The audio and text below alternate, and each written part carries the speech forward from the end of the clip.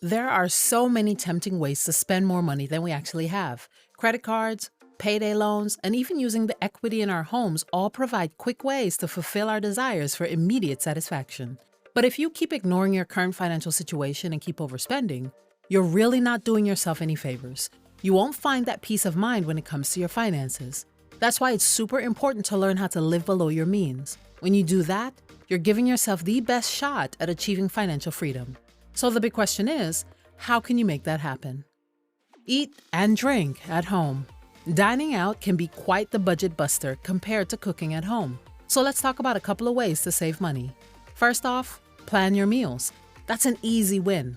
Batch cooking and leftovers can be a real time and money saver. Instead of buying lunch every day, try packing your own.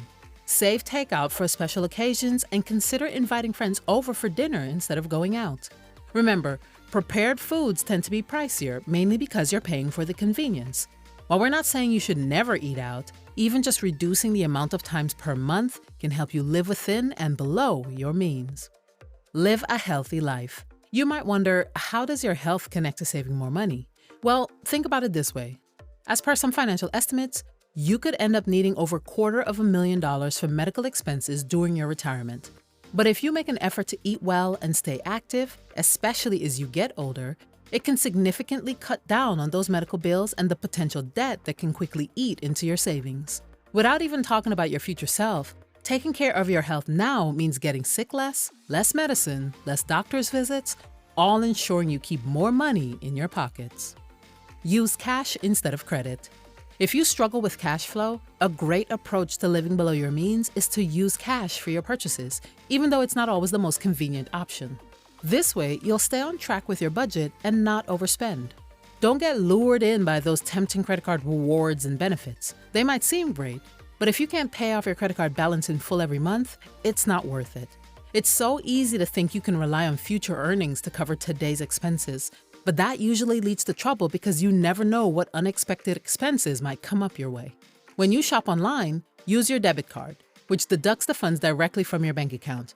And when you're out shopping in person, using cash can be an eye-opener because physically handing over money makes you more conscious of what you're spending. If you can't pay with cash, it's a sign that maybe it's not something you can truly afford right now. Negotiate lower rates. This tip might seem a little strange at first, but becoming a pro at negotiating your bills can end up saving you money in the long run. If you're a responsible person with some debt and you've been a loyal customer to your credit card companies, there's no harm in asking them to lower your interest rates. Take a peek at your credit card statement to see what interest rates you're dealing with. Take a shot at negotiating as many as you can. You just might free up some extra cash in your monthly budget. Closely related to negotiating, if you're carrying balances on credit cards with sky-high interest rates, think about consolidating that debt to save some cash on interest. If your credit score is looking good, you might qualify for a balance transfer card with a 0% interest for a year or even longer. But watch out for any transfer fees, and only transfer an amount that you're confident you can pay off before that introductory period ends and the rate goes up. Another option to consider is refinancing through a low-interest personal loan, which you can get from a credit union, bank, or an online lender.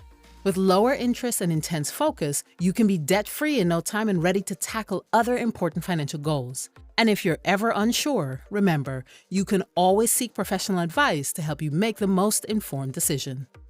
Downsize your home.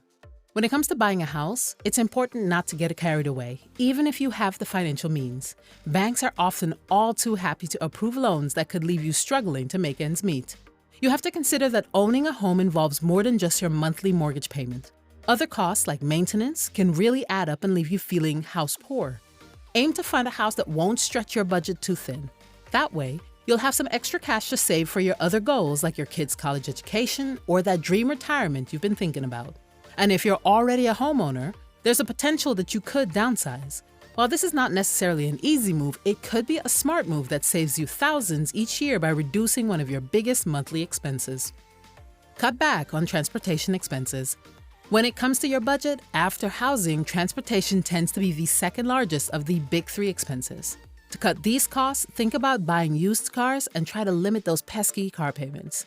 Take a look at your current insurance policies and see if you can score some better rates elsewhere. If it's possible, consider opting for public transport, walking, biking, or carpooling. Reduce your exposure to advertising. Ads have this way of making us think we need more stuff to be happy. That's their entire job. But most of the time, this is not true. Do yourself some good and limit the influence of ads in your life. How?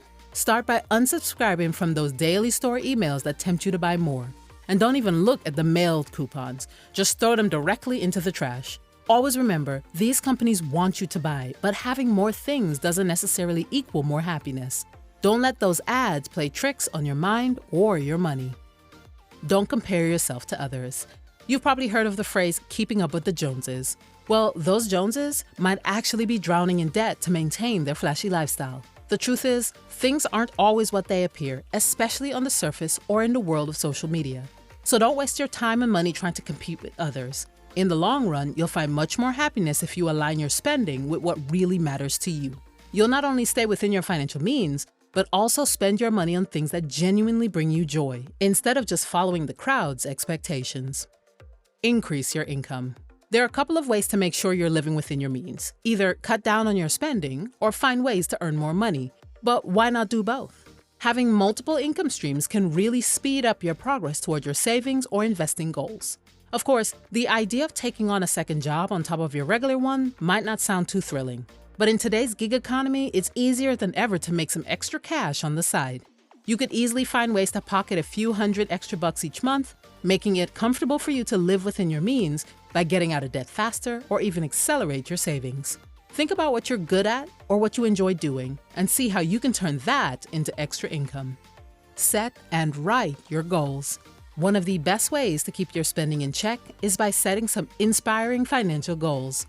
When you have those exciting goals in mind, it's a lot easier to make smarter spending decisions. And the cooler your goals are, the more motivated you'll be to live within your means. So take a moment to figure out what your financial goals are, write them down, and let them be your driving force to stay on top of your spending. You can start with some big, long-term goals like starting a business, buying a home, or maybe retiring early. Then break those goals into smaller, short-term goals like saving a specific amount of money in the next 6 months or paying off a debt by the end of the year. No matter what you're aiming for, seeing and thinking about your long-term goals and how your finances fit into the picture is a big part of building your financial well-being. Go on and dream big.